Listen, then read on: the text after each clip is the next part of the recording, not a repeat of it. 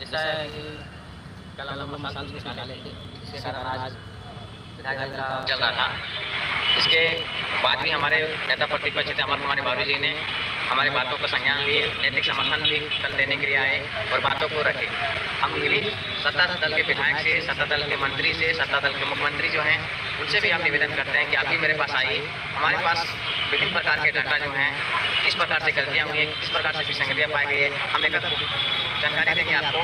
उस पर आप अनुसंधान करिए। अगर आपको बहुत ज़्यादा गड़बड़ी है तो आप पुलिस सेंटर का रिजल्ट दे दीजिए। बाकी जो 5 सेंटर उसका जाँच करवा दीजिए। जाँच कराने के बाद जो होता है मेरिट में आते हैं बच्चे, उसको रिजल्ट दीजिए।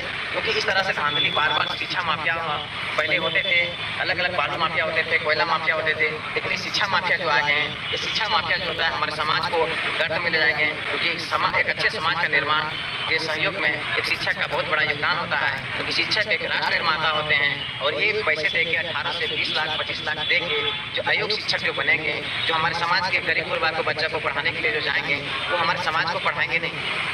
ये हमारे समाज के जो बच्चों को वो सही शिक्षा नहीं देंगे, क्योंकि उसके पास स्किल नहीं है, ना उसके पास नॉलेज है, ना उसके पास टैलेंट है, ना सब्जेक्ट की कमांडिंग है। तो उसे बच्चे हमारे बच्चे को जो है भरमित करेंगे, इसी प्रकार से टाइम पास करेंगे, पढ़ाएंगे नहीं, वो खाता पूर्ति करेंगे, सरकार का वेतन लेंगे। तो 20 लाख रुपये दे के हैं, उसमें क्वालिटी क्या है? अगर अच्छा क्वालिटी नहीं रहेगा तो बच्चों में क्वालिटी नहीं देंगे, बच्चे को मोटिवेट भी नहीं कर पाएंगे।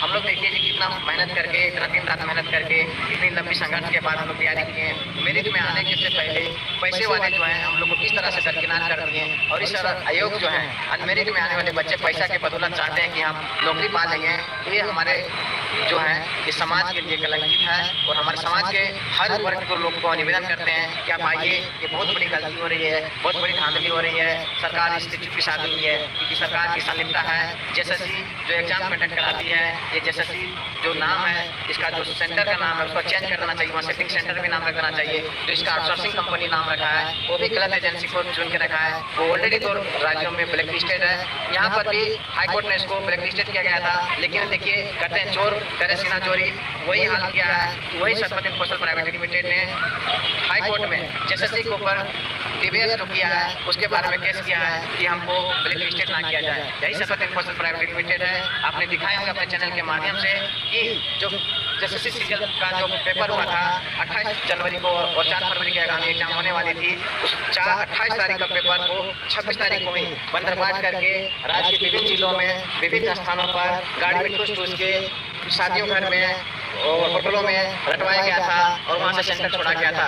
देखेंगे खुद जेएसएससी ने इसको संज्ञान लिया, पेपर का माना कि पेपर 1 में हुआ है, लेकिन जब हम लोग दबाव बनाए तो उसने गलती को माना और पेपर 2 और 3 को निरस्त किया और आगामी जो परीक्षा था 4 फरवरी को उसको भी स्थगित किया। तो इस प्रकार से जो बार बार गलती करने वाला जो एजेंसी है और कभी कैसे उसको उम्मीद कर सकते हैं। वही एजेंसी ने लैब असिस्टेंट का भी एग्जाम दिया था, लैब असिस्टेंट में उसने सक्सेस हो गया था इस प्रकार को प्रयोग करने में। तो सोचा कि हम पीजीटी में भी कर देंगे। तो ये भी बताना चाहते हैं कि लैब असिस्टेंट का जो एग्जाम था वो ग्रेजुएट लेवल का था और ये जो पीजीटी का एग्जाम था ये पोस्ट ग्रेजुएट प्लस बीएड का था। उसमें भी जो आते हैं वो हाई क्वालिफिकेशन वाले लोग आते हैं, हाई डिग्री वाले आते हैं, रिसर्चर लोग आते हैं, पीएचडी किए हुए लोग आते हैं। एक लेक्चर की बात हो रही थी, लेकिन इस तरह से और वही सरस्वती कौशल प्राइवेट के बारे में बताना चाहते हैं सर कि वही 2 एग्जाम जेई बार 2 बार जेई का एग्जाम लिए थे और दोनों में किस प्रकार से विसंगतियां किए थे। किसी से छुपा हुआ नहीं है, न सरकार से छिपा हुआ है, न पत्रकारों से छिपा हुआ है, न कटिंग मीडिया से न्यूज पेपर से छुटा हुआ है, किसी ने छुटा हुआ है, पर जनता जान रहा है। तो इस प्रकार से बार बार गलती कर रहा है और गलती को नहीं मानते हैं। तो हम कहते हैं कि पुणे सेंटर का है हिम्मत, कहा जाता है हेमंत है तो हिम्मत है, तो हिम्मत है तो पुणे सेंटर का रिजल्ट दीजिए और 5 सेंटर को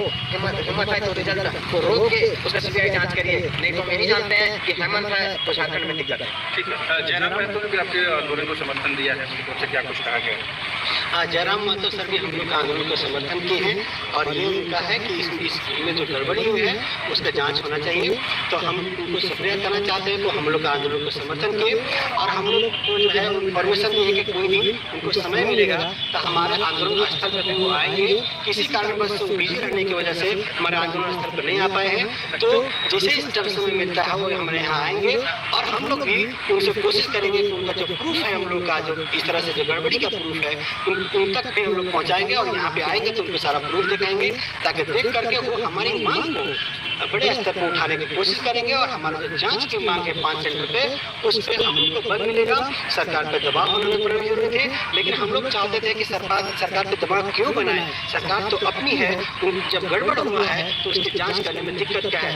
जांच नहीं होना ये बहुत ही दुख की बात है। और हम लोगों को जो छात्र हैं, करीब 1 लाख छात्र हैं हम लोग को बहुत दुख है कि गड़बड़ खुलेआम होता है और फिर भी इतनी मांग के बाद भी जांच नहीं होना कितनी बड़ी गलती है, कितनी बड़ी समस्या है कि बताइए कि आपका खुलेआम ऐसा हो रहा है और जांच नहीं हो रहा है। हम आपके माध्यम से आप मीडिया के माध्यम से हम ये भी कहना चाहते हैं कि इसे स्वतः संज्ञान हाईकोर्ट को हम लोग निवेदन करते हैं, इस पर स्वतः संज्ञान लेकर के इस पर जांच बैठाया जाए, क्योंकि हम लोग जो है पिछले 25 दिनों से धूप में, बारिश में इस बात को मांग उठा रहे हैं, फिर भी हम लोग को जो है मांग को अनसुना किया जा रहा है। जी सर, हम लोग बताना चाहते हैं कि हम लोग विगत आज 23 दिन से धरना पर बैठे हुए, इसका कोई तो आधार है ना। बिना आधार का तो हम लोग आंदोलन कर नहीं रहे। हमारा आधार है कि इसमें बहुत बड़े पैमाने पर गड़बड़ी हुआ है। अगर हमारा आधार नहीं होता तो हम लोग धरना पर क्यों बैठते? सबसे पहला सवाल ये है। और जब हम लोगों ने देखा कि जेएसएससी एक बार नहीं, वो 2 बार प्रोविजनल की जारी करती है, 2 बार रिस्पांस की कैंडिडेट का जारी करती है, बाकायदा हम लोगों ने ही बताया उसको कि आप इस तरीके से गड़बड़ी की है, लेकिन वो क्या किया, कोडिंग की जगह सीधा वर्ड लिख दिया। तो हम लोग शुरू से इसमें हम लोग देख रहे थे कि गड़बड़ी हो रहा था, तो उसको हम लोग बृहद पैमाने पे करने के लिए क्या है कि हम लोग न्यायालय के शरण में भी गए। न्यायालय के शरण में भी हमारा केस चल रहा है।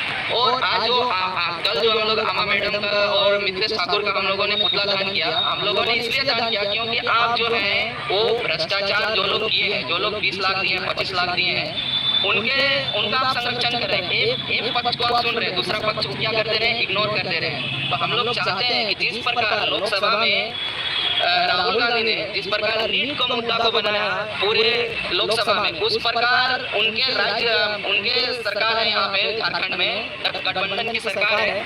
तो गठबंधन की सरकार से राहुल गांधी को ये पता होना चाहिए कि झारखंड में क्या हो रहा है। आप तो नीट का मुद्दा उठा रहे हैं पूरे लोकसभा में, और लोकसभा में जब आपने मुद्दे को उठाया तो उन्होंने क्या बताया, भारत के जो प्रधानमंत्री है उन्होंने उठ करके बताया कि उसका जांच हो रहा है, सीबीआई जांच हो रहा है, हम जांच करवाएंगे।